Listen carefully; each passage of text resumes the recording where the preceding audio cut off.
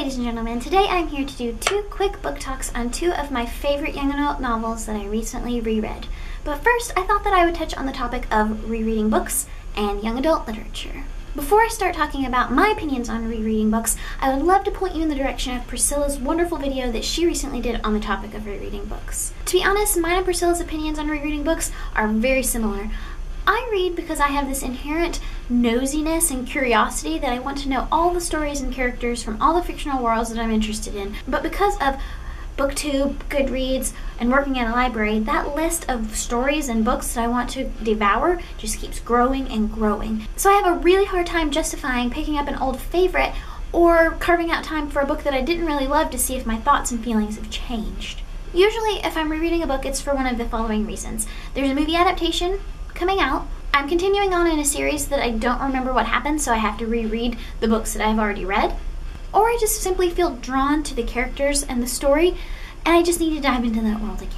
Like I said, I have made an exception to that rule, but coincidentally, all of the ones that I can remember rereading have all been young adult literature. So, on to my thoughts on young adult literature. This opinion is pretty much a no-brainer, but right before the Fault in Our Stars movie came out, an article came out on Slate.com telling adults who read and enjoy YA that they should feel ashamed. According to society, I am a full-fledged adult. There's no getting around it. And I have no shame that the majority of the books I read, and almost all of my favorite books, are young adult novels. I feel like there's no good that can come out of telling people that they should feel ashamed for the things that they liked, especially if they're things that don't hurt anyone.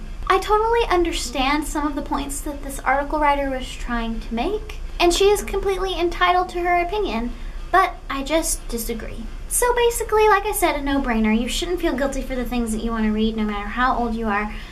The end. For the real reason that I'm here, I recently reread 2 of my favorite young adult novels. The first one was If I Stay by Gayle Forman.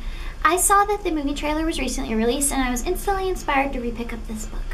I read this book for the first time in 2011. It originally came out in 2009. Although it is one of my favorites, I will be the first to tell you that the plot and the storyline are completely unoriginal. It tells the story of a young girl who at the beginning of the novel has a tragic accident that occurs that kills the people that are close to her. She is in a comatose state wherein which she has to decide whether or not she will live or die.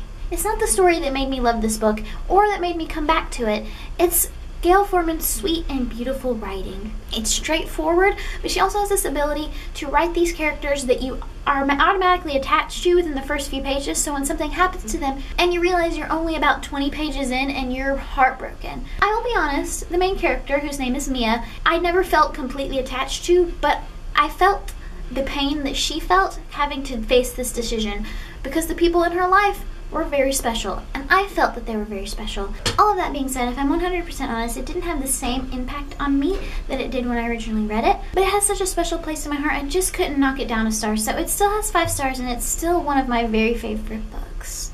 The next book that I recently reread, you probably already guessed, it is The Fault in Our Stars by John Green. I actually reread this the day before I went and saw the movie, which was probably a mistake because I think that it may have negatively affected my viewing experience. But if you'd like to know my slightly unpopular opinions about the Fault in Our Stars movie, please let me know down below and I'll try to mush my thoughts together and push them at you in video format. But I first read The Fault in Our Stars within the first week that it came out in 2012. And then I reread it again in December of 2013, and pretty much since then I've been wanting to reread it. I'll be the first to tell you that this is not a perfect novel.